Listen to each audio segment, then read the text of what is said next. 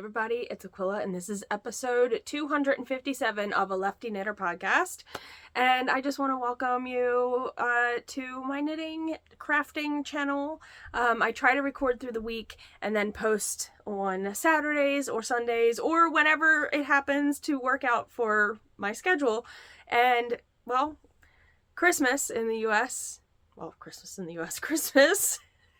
interfered with recording, and I had so much to do. There was just so much happening, and I didn't get to record any clips. But I do have things that I need to show you. So, welcome to any new viewers. Welcome back to any returning viewers. All the links will be down below for where you can reach me at, names of patterns, names of designers, etc., things like that. And if I don't say something, and just ask in the comments, and I will really try to get back to you. So, I am from Baltimore. 2 cats, 2 kids, husband, yarn, all the things. So I hope everybody is enjoying the holiday season to the best of their abilities. I know it can be a very hard time, and and very stressful just in general. So I had a lot of last minute crafting, and I really put a lot of pressure on myself, and I shouldn't have, but here we are. Also, we're all getting over a little bit of congestion, whatnots, so if my voice sounds really hoarse and raspy, I can't fix it. So first I'm going to insert some videos here. I did some last minute cranking of some socks. The first yarn I'll show was this yarn. This is a Hobie yarn. And this was a Halloween sock wool yarn, and it's color 7, and I don't remember the name of it. If I remember, I'll also put the name. Excuse me. I took pictures and video. I'm not sure what I'm going to insert. Probably the video. I also cranked another pair of socks, which I believe is Patton's Croy, so that'll be inserted here. And the third pair was made out of Knit Picks Stroll Tweed. And I used 2 different colors of the tweed. One was called North Pole, and one I think was called North Sea. So I'll have all that. Hopefully it all played. But that's some last minute stuff. That all has been gifted, so I couldn't show you that. And then I had a lot of Patton's Croy, because I cranked a lot of Patton's Croy lately. I had a lot of cones with miscellaneous Patton's Croy. Now, we all know John, my husband, loves his tall socks made out of Patton's Croy. And this is now going to be his second pair of Frankenstein monster put together scrappy socks, whatever you want to call them. So I'm going to hold these up. They're longer than the blockers because, well, they're very tall. This is what he likes, so look at those. Now, when I crank these, I usually have 2 balls of Patton's Croy, right? So I'll have 2 cones. So when I'm cranking my leftovers, I usually have leftovers on both cones. So then sometimes they have enough, sometimes, or they match, sometimes they don't. Like this green, I had more green here than I did here. And I still have some more of this color left over along with this color. I think that's all of the Patton's Croy I have left. I might have a little bit left of this too. So it's okay. I will add it to, I'll take it off the cones because it is little bits left. And I have a baggie of little bits that I keep that are Patton's Croy in a separate little shoebox with a lid, a plastic shoebox with a lid. So here you go. Here are the funky Patton's Croy. I think these 2 were different. I didn't have I don't know why, but I didn't have matching. So I just picked the blues to go there. But everything else is matching. So he can kind of say, oh, these go together. Because sometimes I don't crank the same amount on the leg. So if he were to put a miscellaneous other pairs together, they wouldn't match. These 2 at least have the same amount of rows cranked. And I have an Erlbacher Gearhart Speedster machine, in case you are wondering. I link that down below too, in case people are curious. Oh, I'm also wearing my crochet cardigan.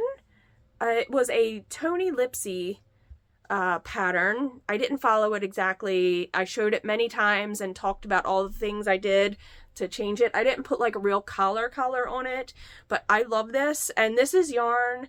I'm going to be making another project soon out of this yarn in a different color. So that is next on my list because it actually needs to be done in January. So you guys are going to be seeing a lot of that. Two finished objects I have to show you, and then that's all I'm going to have to talk about. Because I don't have any acquisitions. I got some nice cards this year. I just want to, you know, I need to send private thank yous out to people, but just in general, everybody that's commented and said super nice things, and, you know, I really do appreciate all of you, and I can't believe I've had this channel for, I think it's like, I just talked about it recently. I think I hit my 9-year anniversary or 8, and I can't even recall, but I just really want to thank everybody. I have not a ton of subscribers, and I'm okay with that, but I am getting very close to 3,000, and I'm so, like, that'll be another milestone. I think that's really awesome. I think my cranking videos may, if I can get my head around getting some more videos out, I think that might get me over the edge with subscriptions. So I'm at like 2,950. So I need like 50 subscribers to hit 3,000. I just think that's crazy that I have that many subscribers. I never ever thought starting this channel, it was really just to like build community and get out there, and then maybe meet people that are in this area when I go to festivals. Like, I really thought that's what it was going to be. And I have made so many friends not within the area and across the whole country and across the world. And I'm just so grateful to be able to just reach out to somebody, say, in England, or reach out to somebody in, you know, Australia, and just say, hey, how's your whatever going that you're making? I just think that the internet, there's like good and bad, right, to technology and the internet, and this is just something good that has come from it, and I'm really appreciative of it. I had told you guys that I was making a super secret project, and now that has been gifted. It is called the Mexican Blanket, and I can't remember the designer name, and I used Woolies Thick and Quick. This is what the pattern calls for. I think I picked all the same colors except for one in the pattern too. And so the only modifications I did, it's a repeat of like 12 or 13 stitches. So I added an extra repeat, and, well, let me just show you. I'm gonna have to push this back, I think, to show you. Even, like, it's not even gonna show you all of it, but we're gonna try, okay? So the Mexican Blanket, I know quite a few people have made this. I've seen Tammy make it from Cinematic Skeins, and when she made it, I was like, I love it so much, and I want to make one for John. So all these trips that he's been on, I was able to work on that when he was not around. So it's like the fisherman, oatmeal, the blue and the gray, the charcoal gray. I can't remember what they're all called. So you have to add so many repeats because it's knit this way on like US 15s or something. So I added one repeat of, say, the 12 or 13 stitches to the side, and you buy 4 balls of the main color, which this is the main color, and then you buy 2 of each of the other 3. And once I got to the midpoint of my blanket and I had enough yarn of, say, one of colors B, C, or D, I added that to the middle of my blanket. So the middle of the blanket isn't exactly supposed to look like this. So I stopped wherever the pattern called for, and I added all the stuff in the middle with all the extra yarn that I had. So if I had 2 balls of color B, C, and D, and I still had a remaining amount of the first ball, I added that to the middle. That's how I made that work. And I just got to a point and then repeated it on the other side because I knew I would have that amount left from the second ball because it's a complete mirror. And it's huge. I won't even be able to show all this in the picture, but in the frame. I have pictures of this. I will insert them so you can see them. John loves it. He was very surprised that he was getting a blanket. He had no idea that I was even making it. So there we go. And it's mosaic slip stitch for this part. It's not 2 color knitting. And the back is not ugly, but it's not pretty either. And then all my ends are woven in, and so I didn't block it. I didn't steam block it. I didn't do anything. It's fine, it's fine, it's fine. Let's move it back. Okay. The last thing I have to show, and I didn't put a stitch marker on this, so I'm not sure where I was, but I was working on the Juniper Cow, which is another Toni Lipsey pattern, and I was using Chicken Coop Dye Works, and it's crochet, and this was an ombre ball of yarn, and the color was called Sunset, and Chicken Coop Dye Works. So you guys would have seen this started in the last episode. I was also using a G6 4mm hook. I, of course, didn't use what is called for in the pattern. Now, if you have an advent calendar or you got minis or you swapped minis with a friend or whatever, you know, an internet friend, you could make this and it would be like a really fun project to use your scraps or your advent calendars or scraps left over from your advent calendars. This was only 420 yards. It calls for like 800 to 900 yards. Again, it would make this huge, and I haven't blocked it, and I'm not probably going to re-show it after I've blocked it. But I think it's really awesome. And the Juniper Cow is just a crochet cow where you do some increasing to make it wider, and it's a puff stitch. I'll put it on for you to show you guys. I was playing with it when I finished it last night. Finished it watching the sunrise on one of the live cams in Africa in the Namibia desert, or in the country of Namibia. I can't remember. But so it is skinnier at the top and wider at the bottom. So and I haven't blocked this, so it's curling a little bit. But you can pull it real tight to the front of you and have it drape down like that. Or you can try to space it out a little more like this, and then you could bunch it up under a jacket. It's going to be really, really warm, but it's also going to be very nice and airy too. So my daughter has claimed this already. Whether she wears it or not, we'll find out. If she doesn't end up wearing it, it's going to get gifted to somebody, or I might wear it. I don't know. I think it's really beautiful. This yarn has tried to be something 3 times, and now it finally has made itself into a home. So I think it's awesome. Now, this was only half of the yardage it called for. Can you imagine what it would look like if you used all the yardage? It'd be huge. It would be huge. So there we go. Do I have goals for next year? Not really. To survive, to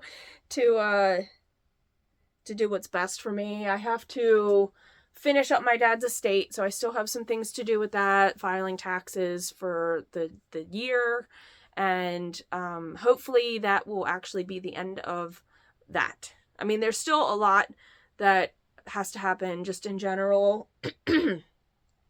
with other parts of, well, he owned a house. I mean, not obviously, he had a house. My uncle, his brother, still lives there, so I've been working very closely, you know, helping him, trying to keep stuff all up to date with the house and things like that. So there's a whole lot of still things that are going to be happening that, like, I'm not really going to talk about on here. There's stuff that can be cleaned out of the house that my uncle's not going to really care or want, and so I'm gonna have to deal with stuff like that. But the estate part, like all the legal stuff, like all of that's gonna be taken care of. Yeah, so it'll be nice for that part to all be finished. But other than that, like knitting, crocheting goals, I want to spin more. I got that e-spinner and I want to spin more. I want to obviously crank more socks. I would love to crank 1 pair of socks every week for the year of 2025. That would be 52 pairs of socks. Now, I have lots of people in my life that are very worthy of receiving socks. So, say I had 10 people and I had 10 little, like, buckets set up, or if I just put name tags on them, something, and then put them all in a gift box, I could have, and I have 10 worthy people, let's just say, I could have 5 pairs of socks at the end of the year for each of these people. I think that would be amazing. It would be amazing. I just think that would be the coolest. So, I don't think I'm going to have a video at the end of this to show you guys, except for if maybe I put in Luna chasing her tail. Maybe I will do that. I don't know. It's shot vertically, not horizontally. But for everybody that's still celebrating the holidays, if you're watching this and they're, Kwanzaa, Hanukkah is still happening. It's still, because today is, sorry, I never mentioned, it is Saturday, December 28th. So this year is almost over. New Year's is coming, celebrating New Year's.